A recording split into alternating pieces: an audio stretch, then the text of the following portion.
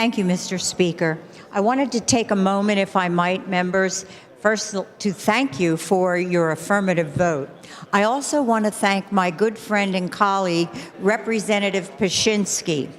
Ladies and gentlemen, you all know I've said many times that children are not born into this world already with their voting card that they're an R or a D, and their problems have nothing really to do political. Well, Representative Pashinsky and I both agree with that, and so we've worked together on a number of issues related to children. Most important, ladies and gentlemen, I believe you'll also have a resolution, Mr. Speaker, later, but that is, we have a whole new phenomenon that you and I are living, and that is called grand families. We have many people, perhaps in your family, perhaps a neighbor, someone you know at your church, but people who are grandparents now raising grandchildren due largely to the opioid crisis, alcohol addiction, all of those.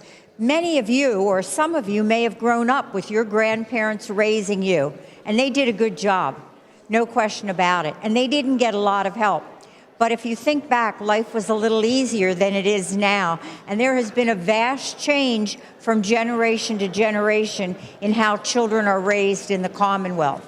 So this helps grandparents. They have asked for help, and yet they are proud people. Some of you might be old enough to be grandparents, and you know very well, you don't like to ask for help. You like to handle it within your family, but you do need some. This Navigator program will allow grandparents to either go online or talk to a live person to help them locally. What would be available to them? What could they do? Please remember, these folks are not part of our children and youth system because they have two great fears. First fear is their grandchildren will be taken away. And, you know, the second fear, well, it's not a fear. It's really a feeling. I never ask anybody for help.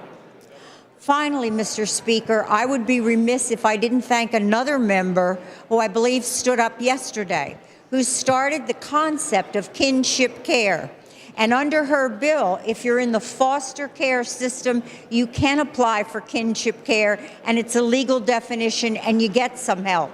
She started the ball rolling, but sadly, it's even gone further than our good friend Rosita Youngblood thought back in 2003. She didn't foresee that we would also involve opioid addiction. We would have more grand families than we have ever had in the Commonwealth of Pennsylvania. So I thank those people, Mr. Speaker, with your indulgence. I thank you for the passage. This is a series of 3 bills, and I would suggest to you, Mr. Speaker, that before I leave, November 30th, not before, but in any event, Mr. Speaker, you might see another grandparent bill that helps them too. Thank you very much. Thank you, Madam.